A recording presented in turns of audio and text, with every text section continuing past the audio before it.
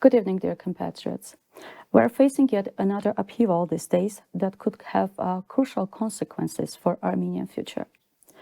To shed some light on the recent developments, we have as our guest today NDA's board member Garo Yernukian. Welcome, Mr. Garo Yernukian. So, Mr. Yernukian, the focal point of the recent political developments was the so-called border demarcation and delimitation process that, according to Pashinyan, must be started in Tavush even in the absence of an agreement. This process seems to be frozen now. Do you think it was stopped because of the internal disapproval and the resistance, or there were some also external factors and pressure? It's interesting that you mentioned that the delimitation, demarcation are occurring without an agreement, because by international norms and standards, whenever demarcation and delimitation is done, it is done based on an agreement that also has attached a map that has been agreed upon. In this case, we don't have an agreement between Armenia and Azerbaijan, and there is no particular map attached to the non-existent agreement. So we don't have the agreement and we don't have the map. So any act that Pashinyan's regime is doing as far as giving up Armenian territory unilaterally to Azerbaijan is illegal to begin with, because there's nothing to be based on, nothing legal, no legal document exists. So that procedure was expedited, or they try to make it as quickly as possible based on the pressure that Aliyev has put on Pashinyan. Now, when I say Aliyev put pressure on Pashinyan, you may also understand it as being an agreement between them two. And I'm more inclined that this is not just pressure by one side on the other, but it's more of a collusion of Aliyev and Pashinyan in trying to do this demarcation or giving up land, Armenian land, to Azerbaijan without any agreement. So the question arises, and there are, of course, if it's done under pressure, and let's assume Pashinyan didn't want to do that, but he's doing it under pressure, that by itself is also international law is unacceptable, because any agreement or any act that is done under duress or under pressure is illegal to begin with. In other words, it's similar to I put a gun to your head and I tell you to give me your wallet. You're not going to give me your wallet and your money from your pocket if there wasn't that gun. So the gun is the threat based on which you're giving up your right. So in this case, let's assume Pashinyan didn't want to do this. Let's say there is no collusion. If he's doing it under pressure, it's still illegal and has no, it cannot be held in a court of law, international court of law. On the other side, if it is a collusion, that's even worse, because collusion between the two parties, supposedly two opposing parties, that means that the party that is being subjugated to act against the interests of Armenia is automatically a traitor, because he is violating his obligation under the constitution to protect the people of Armenia and to protect Armenia. So by him being in collusion with Aliyev, he becomes automatically a traitor. Now, as far as your question, this was just the introduction. As far as your question, why was this stopped? And it's apparently it stopped temporarily. Why was it stopped? And whether it's the internal pressure or the resistance, or is it something that has to do with the outside pressure? My opinion, I think both. The fact that Tavush residents the people who are on the ground, on that spot that Nikol Pashinyan wants to give to Azeris, those people feel the threat right on their skin. They feel it every day. They know exactly that 30 feet away is the Azeri soldiers, and those soldiers have a direct firing line to the kindergarten, which is 30 meters away. So that threat is imminent and present in the area. And for that reason, unlike the rest of the Armenian population, the population in that region feels the threat. Therefore, they act based on that threat. It's similar to if somebody comes into your house and wants to take your house away. It's your house, you're at your doorstep, and you're trying to protect your house. And that's what they're doing. Now, as far as whether there is international pressure or external pressure for this demarcation, delimitation not to occur, I believe there is also that. And the reason why I think it's there is because at least Western interests, and which coincide with Iranian interests, are against that process of delimitation, demarcation, because that is not just 4 villages and some pasture land around those 4 villages. It's also a strategic area for the north-south highway, the transport highway. And for those who say, well, we can build it 30 kilometers to the west and we won't be, or to the south, and we won't be in a line of fire, that's not true, because by giving up those positions, and there are 24 border posts that we have in that region. Out of those 24 border posts, 4 has already been emptied out by Nikol Pashinyan's regime, and those posts are empty right now. Well, thankfully, the Azeris have not come in yet. And the reason why they haven't come in yet, because they understand that there is a problem. They can't really take that and get away with it. That's why they're kind of sitting and waiting to see what happens.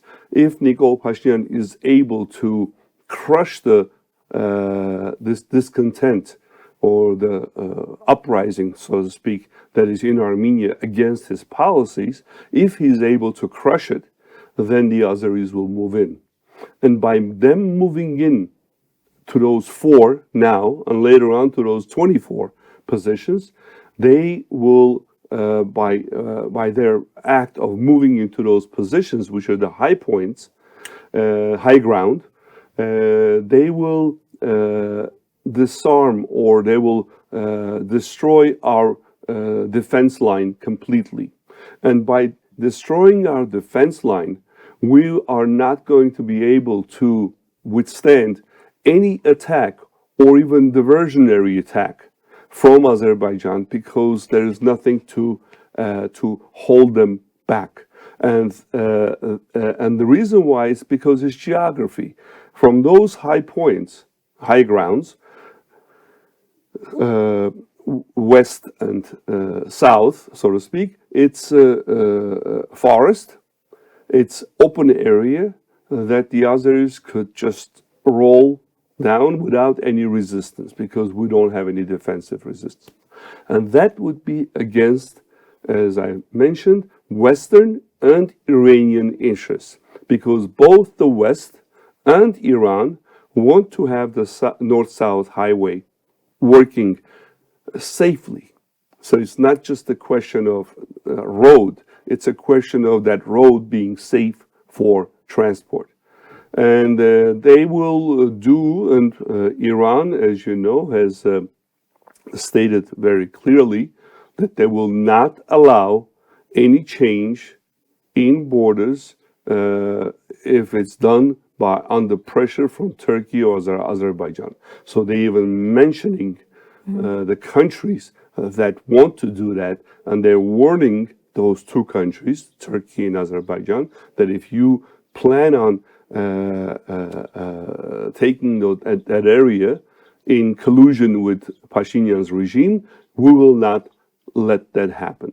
And the fact that the United States or Europe is not saying anything concerning Iran's threats or warnings, that means they agree with Iran.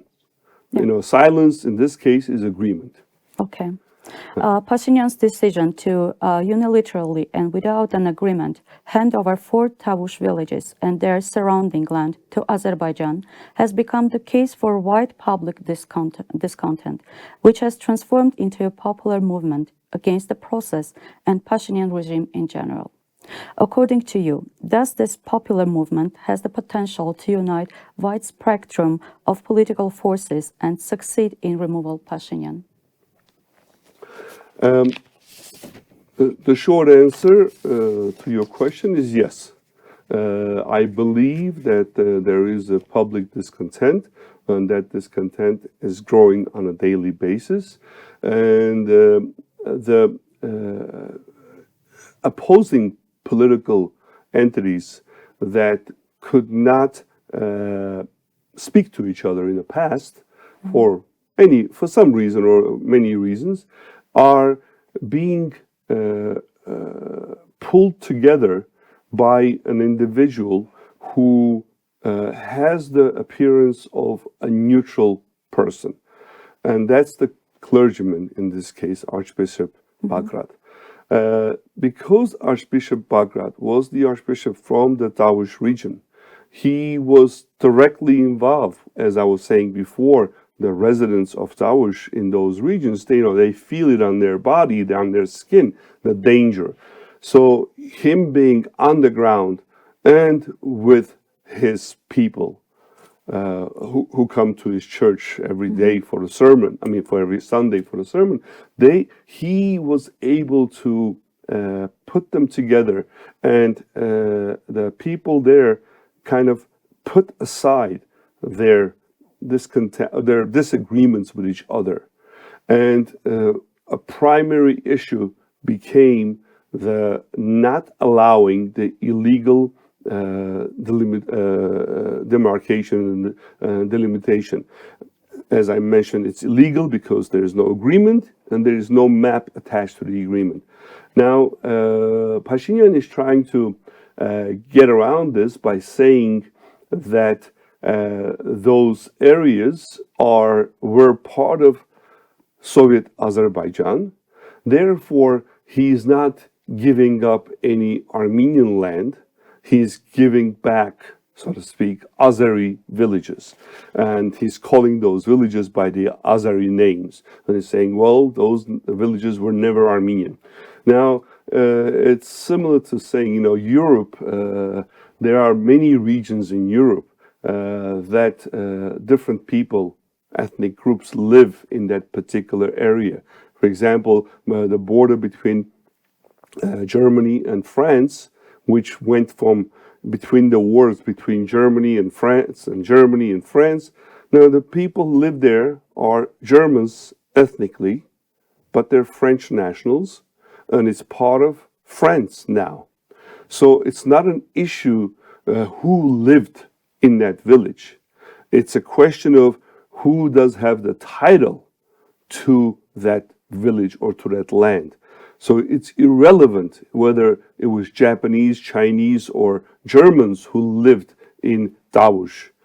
And meanwhile, Tavush is determined who Tavush belongs to based on the title. This is where Nikol Pashinyan also had this other thing saying we don't have the cadastre papers meaning the title to that land. He's lying there. He's outright lying. And in order to compensate for his lie, he's referring to the agreement that ex-Soviet republics, not all of them, some of them, agreed to back in 1991 or 92, which is called, remind me the name. CSTO? The name of that agreement. The CSTO? No. It escaped my mind now. Anyway, it's an agreement between the ex-Soviet republics where they agreed that their borders now, they want to call it international borders, are the same as what they were during the Soviet time. However, there's a legal problem here because the Soviet borders between the so-called republics, why do I say so-called republics? Because Armenian Soviet Socialist Republic or the Azerbaijani Soviet Socialist Republic was not a legitimate entity as far as international law is concerned. They were like a state within the United States, one of the states, New York, or it's not a direct comparison, but they were states. So the state borders of one country cannot be considered international borders. They are more of administrative borders. International borders are determined, as far as I know, by two procedures. Either the two neighboring countries, in this case Armenia and Azerbaijan, agree between themselves what their border is. Mm-hmm. That's one way. And the second way that international borders were determined was where United Nations or the League of Nations, as it was before the United Nations, after a war, the losing parties, in this case being three different empires, and those empires were the German Empire, Austro-Hungarian Empire, and the Ottoman Empire. When these three empires lost in World War I, the League of Nations decided to break up those empires and give each ethnic group their own piece of land, so to speak. They drew the map based on the population in those ethnic in those areas. So Ottoman Empire was divided up into many different pieces by the Lausanne Agreement or also the League of Nations agreement. So League of Nations has the right, as an international organization where all those countries were members of, they have the right to designate what the borders are. So that's the second way. And according to the League of Nations and the Lausanne Agreement is the, Sevres Agreement, Lausanne followed by Sevres Agreement, that Armenia had a much larger area than what it is now. And most importantly, the areas that are disputed now between Azerbaijan and Armenia by those Sevres Agreement and the League of Nations were part of Armenia. And they were part of the Armenian Republic that existed from 1918 to 1920. So it was an internationally recognized republic with internationally recognized borders. So that is the last legal document that exists today. Therefore, when Nikol Pashinyan is referring to some other agreements between Soviet republics, so to speak, those are not legal because Soviet republics were colonized by the Russian Bolshevik Red Army. Any area that's been under colonization cannot, or the colonizer does not have title to that land. Be it a kingdom or be it a republic, they need the title. And we have that title based on the Sevres Agreement and the League of Nations. Okay, but still on the state level, they manipulate on the Soviet map and Soviet ideology. Well, they can't take the Soviet maps. Soviet maps, as I said, an occupier can draw all the maps that they want. Those maps have no legal ground internationally. A map, as Arap Abyan mentions, is a picture, and anybody can draw a map. A map becomes a legal document, an enforceable document, only if there is an agreement attached, or when the map is attached to an agreement. In this case, we don't have an agreement and we don't have a map that's attached to that agreement. But if we go back to 1918, 1920, then we do have an agreement. We have the Sevres Agreement and the League of Nations, and we have a map that has been attached to that agreement, which is an accepted map by all the sides. By the way, when a losing side of the war, they are, for them, a peace agreement is to the winners. For the losers, it's a capitulation agreement. So for the Ottoman Empire, it was a capitulation agreement based on which Ottoman Empire was divided into Syria, Iraq, Jordan, Lebanon, Saudi Arabia, Iraq. I mentioned Iraq. All these countries came to existence in after World War I, after the breakup of the Ottoman Empire. There were only two countries that did not come to be under that agreement. One was Armenia, and the other one was the future Kurdistan. Why did I say future? Because originally Kurdistan was not going to be an independent country. It was supposed to be a mandate of either France or Great Britain. And after 20 or 25 years being under the mandate, they were going to pass it over to the Kurdish independent government. But in case of Armenia, it was not a mandate. It was going to be part of Armenia right from the beginning.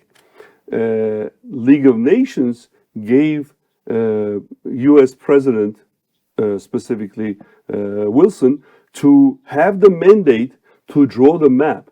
But Wilson drew the map of the bordering of Turkey and Armenia.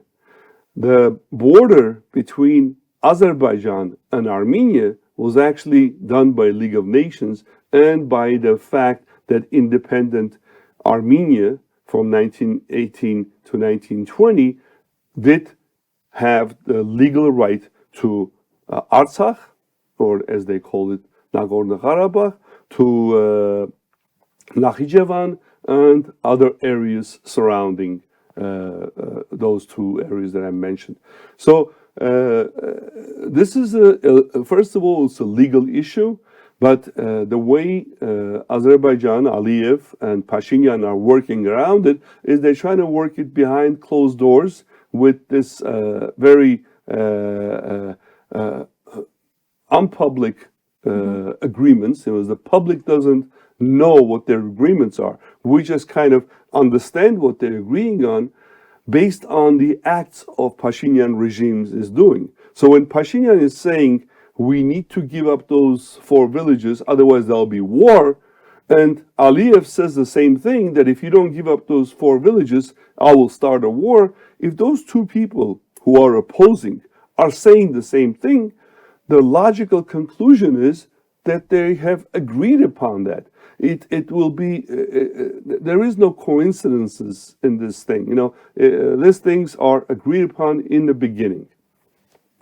Thank you. And on a different note, there seems to be brewing a popular uprising in Georgia against so-called Russian law on foreign agents that the ruling pro-Russian government is trying to pass in parliament, even though on the surface, the events in Georgia and Armenia appear to be quite different in their nature. But nevertheless, do you see any connection between them or the presence of an invisible hand? Yes, they are different in nature. We are very close with the Georgians as far as ethnic group. You know, we've been neighbors and relatives for a very, very long time, for thousands of years. I say relatives because our kings were part of it were their kings, and back and forth. And however, we have, since the breakup of the Soviet Union, we have gone in quite a different directions. The Georgian people, or Georgia, was able to shed the burden of Russian influence for the most part, quite early. We are in the process of doing it now. Back when Saakashvili was in power after the Roses Revolution, he, and in 2008, after the war with Russia for Abkhazia and Ossetia, Georgia had moved away from Russian influence quite a bit. By doing that, the Georgian people felt the freedom, or felt being free from Russian influence. And to them, that was something that already a generation or two has grown to know that Russia was always there to subjugate them. So the Georgians understood that a lot sooner than we did. I'm saying the differences. As far as the Armenians are concerned, Armenia has been subjected or subjugated by Russia a lot longer and for a lot harsher. The Russian influence in Armenia has been down to the last company.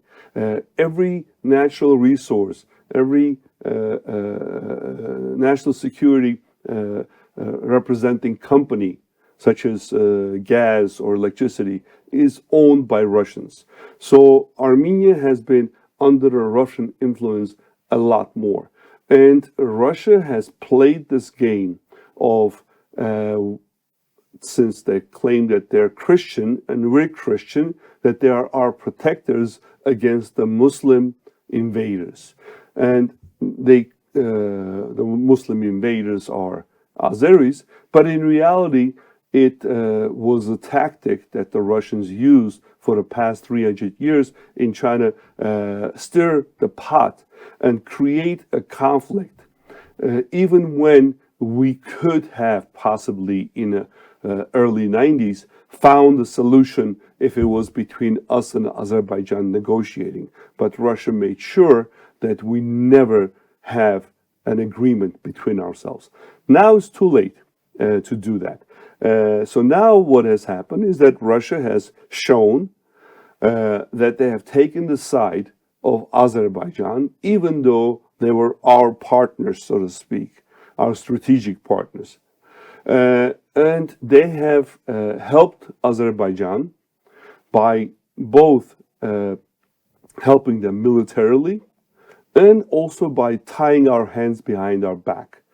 Tying our hands behind our back, an example is that our anti-aircraft defense was completely in Russian hands. So during the 2020 war, we had no protection from the sky. So our people have learned the harsh way that Russia is not our ally, that Russia is our enemy. They saw that in 2020, and most people saw that in 2020, but there was still a large segment of the Armenian population that still hoped that Russia will be their savior. And unfortunately, the large segment of the Armenian population in Artsakh was under that impression until last September, where 120,000 Armenians were ethnically cleansed, which in other words means genocide. Most people don't know that genocide does not necessarily mean that you killed someone. Genocide means that you have the intention to kill someone. The intent is what creates the genocide. And the fact that Azerbaijan had blockaded Artsakh for 10 months with no food, medicine, or sick people leaving the area is a form of genocide, because they know that by keeping people hungry for 10 months, the end result is death. Just because Armenians in Artsakh didn't die does not mean that Azerbaijanis are not guilty of genocide. But here I want to say that we shouldn't forget that it was Russian troops coming and closing the road connecting Armenia with Artsakh, and after which Azeris came. Right. But I want to get back to your original question, the similarities between Georgia and Armenia or the differences. So I'm coming in a long way. So the difference was that Georgians understood who the Russians were 30 years ago. We are understanding it now, and that's the reason why there is a big discontent against the Russians now. Even the Artsakh Armenians, who for the most part were pro-Russian, now are against Russia because they saw with their own eyes how Russia has opened the road. So here we have Georgia and Armenia starting at different positions, but we are coming together where at this point the similarity is that both Georgians and Armenians are fighting for their sovereignty, and their sovereignty is the fight against Russia. The differences are that what Russia is doing with Azerbaijan is that as Russians are pulling out of Armenia, and they're pulling out of Armenia not because they want to, but because they have to, because they have no resources to keep Armenia under their control. But by pulling out of Armenia, they want to hand over Armenia to Azeri-Turkish joint control. And for that, they have an ally in Pashinyan, who does everything that Aliyev wants, and of course what Erdogan wants. Erdogan says, forget about the genocide. Pashinyan repeats that. Aliyev says, choose another mountain, don't put Ararat on your emblem. Pashinyan agrees with that. So he is working, he's a co-conspirator.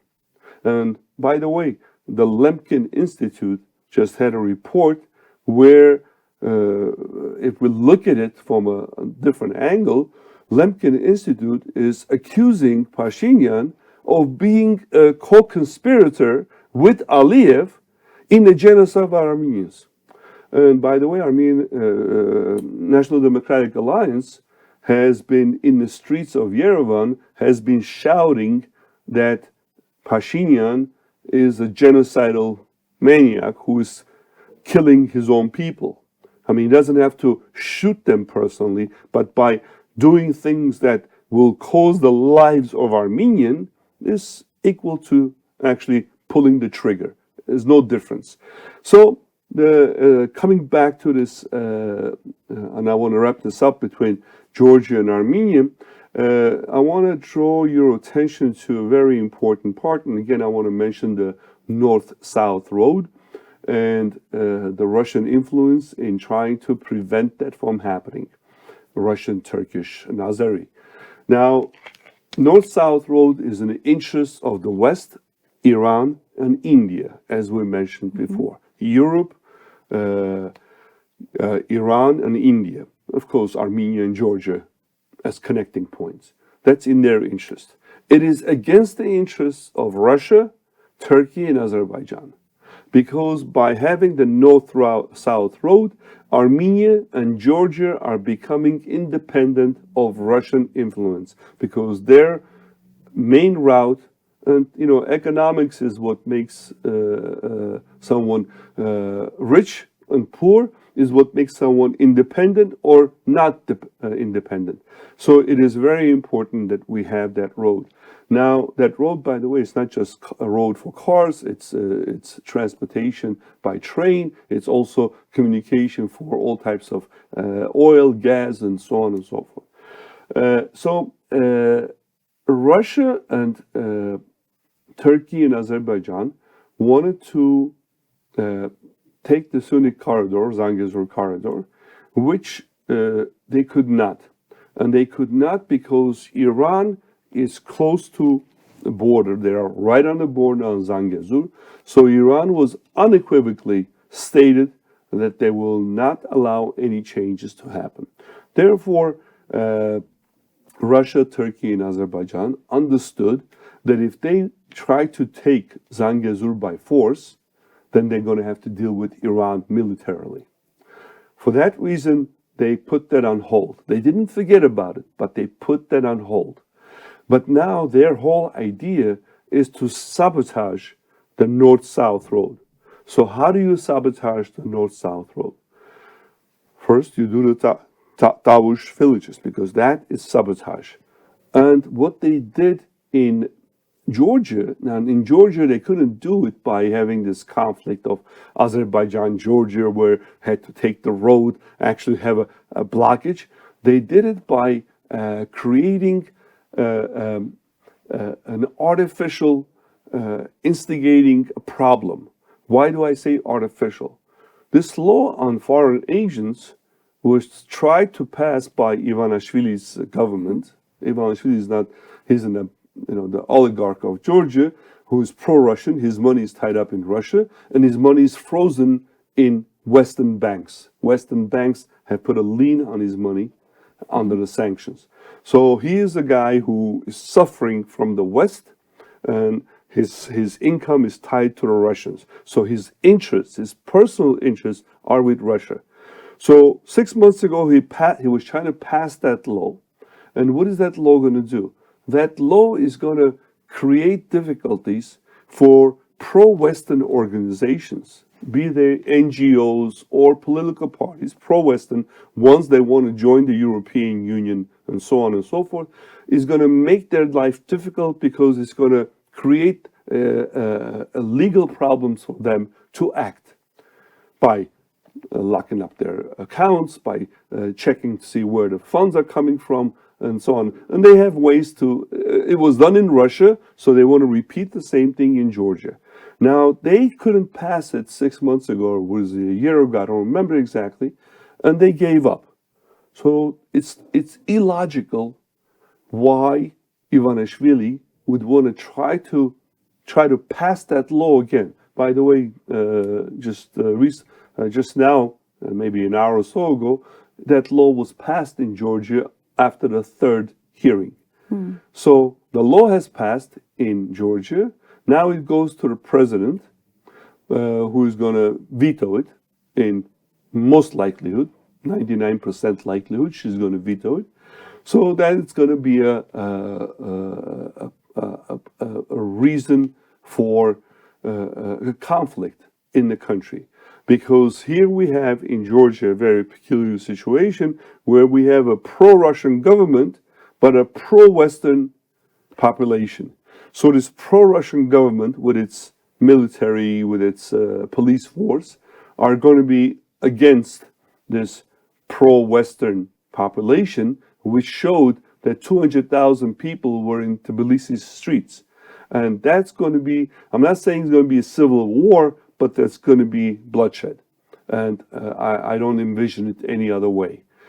Of course, the West is trying to pressure the Georgian government in order for them to back down and not to pass that law. So it's not the question of the law itself.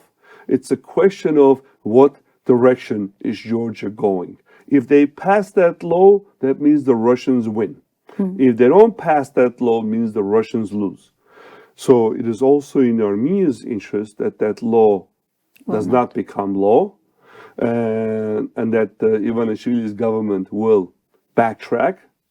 And at the same time, I expect similar, not same, but similar developments in Armenia, where this movement that Sarpazan Bagrat, Archbishop Bagrat was able to put people together, very diverse people, by the way, people who never spoke to each other before, but he was able to do that because everybody realizes it, that this is our last chance to get rid of the Russian influence and to get rid of this oligarchic, corrupt system that has been passed down to us from the Soviet times. And what will happen after this regime has resigns and leaves is something to be discussed in the future.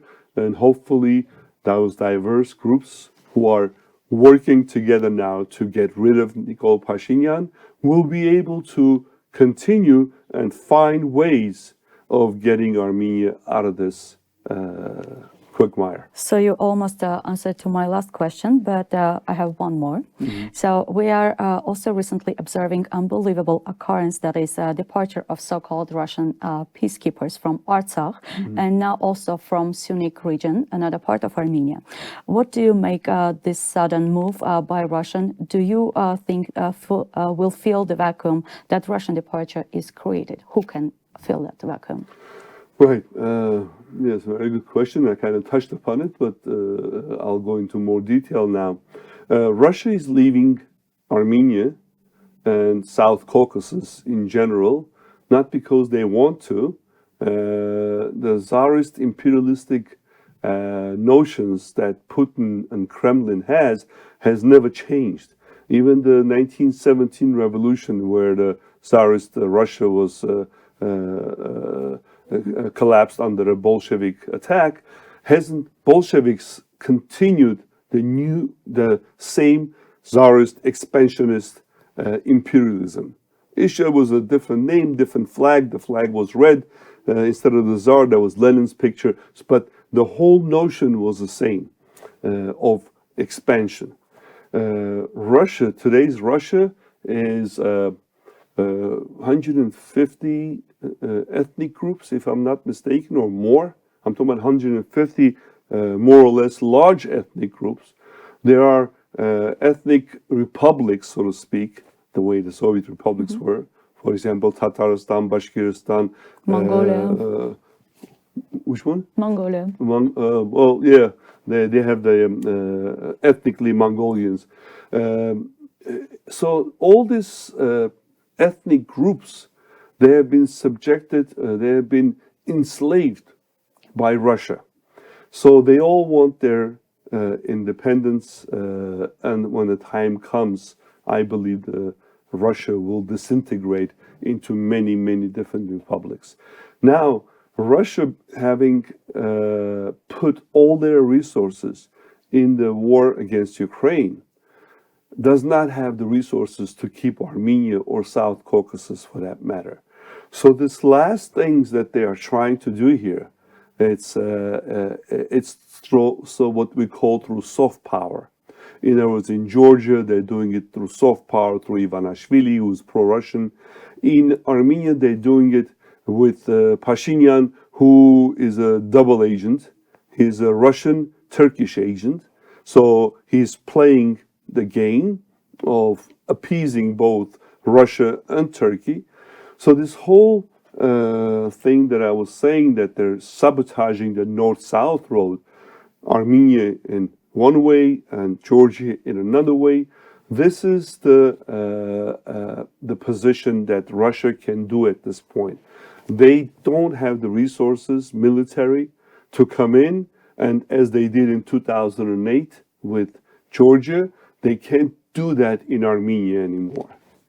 They don't have the resources. They're pulling out their soldiers out of Artsakh, even though their agreement in Artsakh was for until 2025, but they pulled them out in 2024, a year earlier.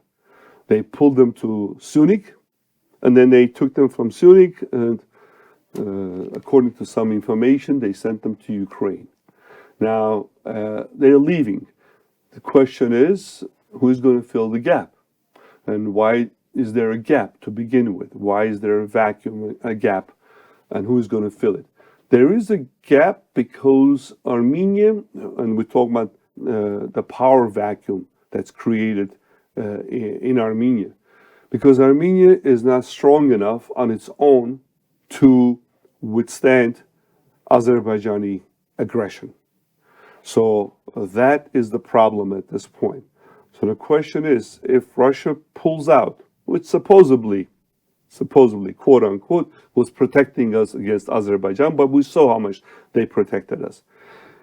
So by Russia pulling out, does that give Turkey a green light to attack Armenia? Or does it give Azerbaijan green light to attack Armenia? Well, Turkey does not have even semi-legal pretext in attacking Armenia. They have no ground whatsoever.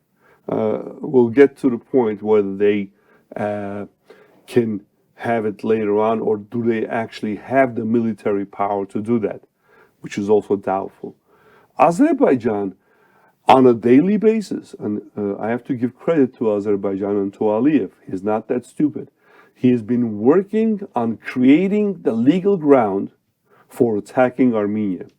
And because of the treasonous governments that we had in the past, starting from Levon Terpesyan to Kochaydan to Serge Sargsyan and now to Nikol Pashinyan, all our past four governments were treasonous governments. In what respect? They have accepted on face value that Armenia was the aggressor. By accepting a false premise that Armenia is the aggressor, they have given Azerbaijan and Aliyev the pretext to attack Armenia.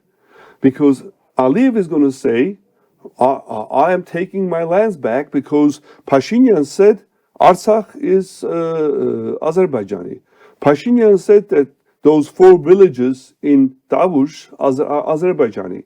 So if you Armenians are protesting in the streets and don't want to give up those 4 Azeri villages, then I'm going to take them by force.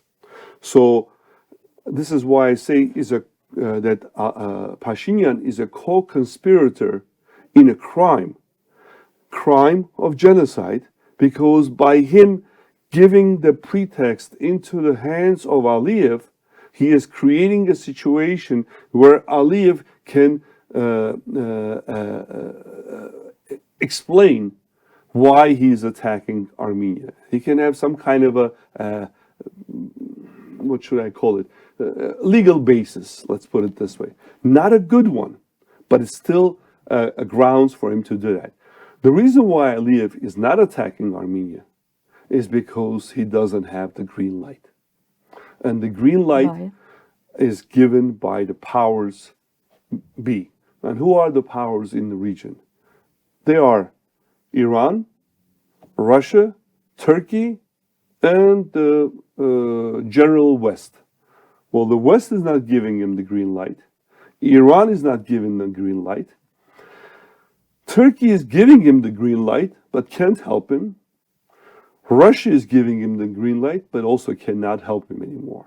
Turkey cannot help because of their own internal issues, earthquake, lira, deflation, inflation, Russia, war in Ukraine, so on and so forth. So they can't help them as they did in 2020.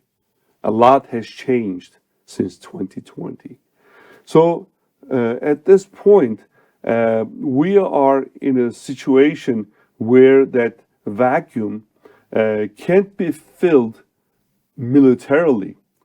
And that's the reason why Nikol Pashinyan is working hand in hand with Aliyev, where instead of Aliyev coming in and using force to fill the vacuum, Nikol Pashinyan is giving Aliyev and Erdogan is opening the gates, so to speak, for them to come in and to fill the gap. And this is where the dangerous situation is. And the way Pashinyan is packaging this, he's not saying Azerbaijan, but he's trying to open the border with Turkey, and he's trying to portray Turkey as NATO member, as West. Turkey is not West, and Turkey is a black ship of the NATO. If NATO had the rules to kick Turkey out, they would have done it a long time ago. Unfortunately, NATO doesn't have those rules. They can't kick them out, but they can do one thing. They can shut down NATO, dissolve it, and then create a new one without Turkey. So coming back to who is going to fill the gap, I'm hoping that the West will fill the gap, and specifically the boots on the ground, as the Americans say, will be the French Foreign Legion boots, who have already have presence in Ukraine, and it's a matter of time that by boat They come from Ukraine to Georgia and through Georgia into Armenia. That's why Georgia is also important in this puzzle, because the French, being the military representative of the European Union, if Germany is the economic representative, France is the military representation. And since Great Britain came out of the European Union and they're independent and they're not involved here on the ground, most likelihood it will be the French. And I'm hoping that will be the case. Yes, that would be a promising future for us. So the last question still have some parts that you haven't covered. And according to some estimates, over 75,000 people were gathered at the Republic Square on 9th of March. So in this called by Archbishop Bagrat. So in this gathering, we assume by this gathering that Armenian nation is like putting under the question the illegitimacy of our government, Pashinyan itself and his regime. So what makes Pashinyan illegitimate? It's interesting that Archbishop Bagrat on May 9th, when, well, as you know, he was walking from Tavush, people were joining him on his march to Yerevan. And his march, the name of the march was to stop the illegitimate delimitation of Tavush. And when he arrived in Yerevan, he very abruptly, and I approve of that, he requested the resignation of Nikol Pashinyan, claiming that he is illegitimate. And his statement is very interesting. He remembered, Archbishop remembered what Nikol Pashinyan had said. Nikol Pashinyan had said that if this Republic Square is full of people who want my resignation, then I will resign. So the Archbishop said, look, you said it. Be a man of your word. The Republic Square is full. And if you don't resign, then you're illegitimate.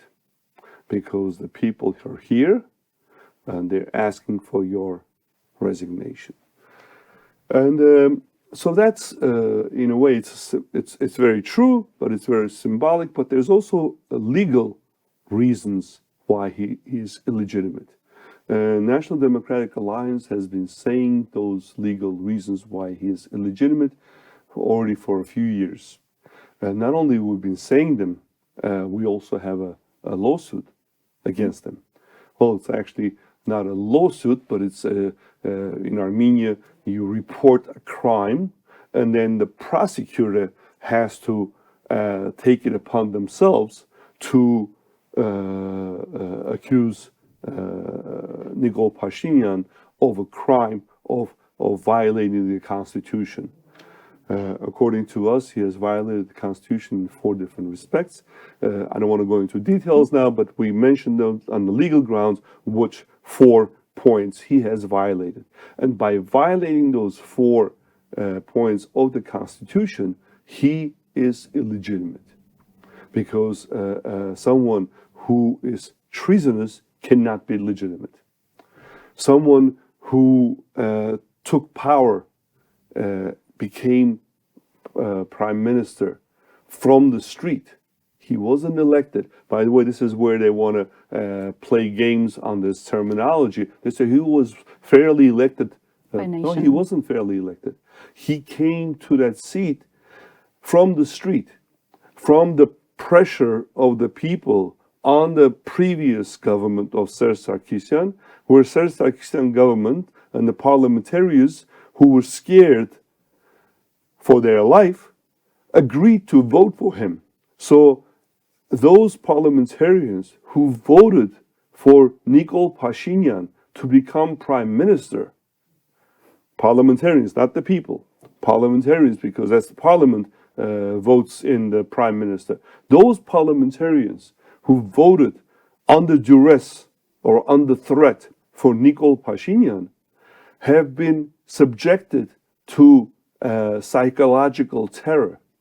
And subjecting those parliamentarians to psychological terror by Nikol Pashinyan and his cohorts also makes him illegitimate from day one. Because, as I mentioned before, you can't put a gun on someone's head and have them sign a contract and then consider that contract to be legitimate. It's illegitimate. So those parliamentarians who voted for him under duress or threat of physical harm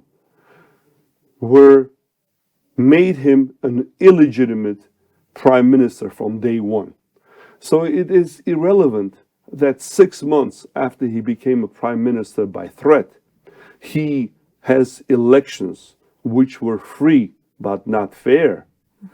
It doesn't make him legitimate either. Because in order to be legitimate by elections, you need to have fair and free. Why wasn't it fair? Because he had control over all administrative resources, and he used those administrative resources to his advantage. The election committee, so on and so forth. And so the legitimacy of Nikol Pashinyan has been in question from day one, as I said, when he was put into the seat of the prime minister by those scared parliamentarians who voted for him because of the threat to their life. So since that day, he's been illegitimate, and his illegitimacy has been grown day by day. He became illegitimate because he didn't keep his word on very crucial aspects. You can make small lies, white lies, fine. You say you're 2 meters tall, but you're actually 1.98 m, no big deal. 2 centimeters shorter.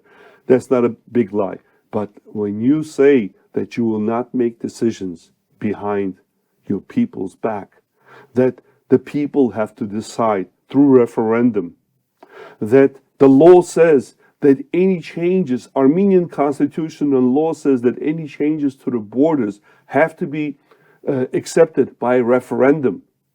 But you don't do that. You give up a piece of land here, a piece of land there, 600 hectares there, 800 hectares there. That is violating the Constitution. And by violating the Constitution, you are illegal. Now, I think this movement, just by the fact that the leader of the movement, Archbishop Archbishop Bagrat, he is a unifying persona. His persona is a positive one for almost everyone in Armenia. Why do I say for almost everyone? Because there are a lot of people who try to throw mud at him. And that mud so far has not stuck on him. And I hope it will not. But I'm sure there'll be others who will dig up something from here, something from there. I'm aware of all the gossip that is surrounding him, but I'm also aware who that gossip has put into the arena. And I'm also aware that the people who put in that gossip are the ones who actually created it. So it's not just a gossip, but it's actually a false creation. So now they're trying to do a character assassination of the Archbishop. I don't think it will be successful because, as I said, I think he's a unifying force for the majority of the Armenian people and from all walks of life. This is interesting. This is also very important. He's a unifying person from opposing political groups. As you know, NDA has been from day one anti-Russian, pro-Western political group. We've always been that way. And of course, now they're trying to throw mud at us by claiming that since we have joined, but we haven't joined anybody, we're cooperating with so-called pro-Russian groups, but we're working together for the removal of the evil number one, which is Nikol Pashinyan and his regime. Once that evil, once that cancer is removed from Armenia, then we will have our chance to debate with so-called pro-Russians or so-called pro-Westerns, and we'll debate and let the people decide who's right, who's wrong. We haven't changed our position. We are strongly pro-Western. We are strongly anti-Russian, and by anti-Russian, let me just take out the word Russian, and I say anti-Putin, anti-Kremlin, anti-Russian imperialism. We're not against the Russian people. Just to make sure we make it clear. So we've been known that. Now, you know, they can try as much as they want to make us KGB agents or Soros agents. You know, at the same time, we are agents of opposing. It's like calling someone a fascist and a communist. You know, you can't be a fascist and a communist at the same time. You can be one or the other. Well, they're calling us both in a way. So I have high hopes that the persona of the Archbishop will be the magnet that will pull our people together, and I am looking forward to a bright future for Armenia. Yes, and thank you, Mr. Yevnukyan, for your time and being our guest today. So, dear compatriots, that's the end of our program. Thank you for watching us, and please subscribe on our YouTube channel. Thank you.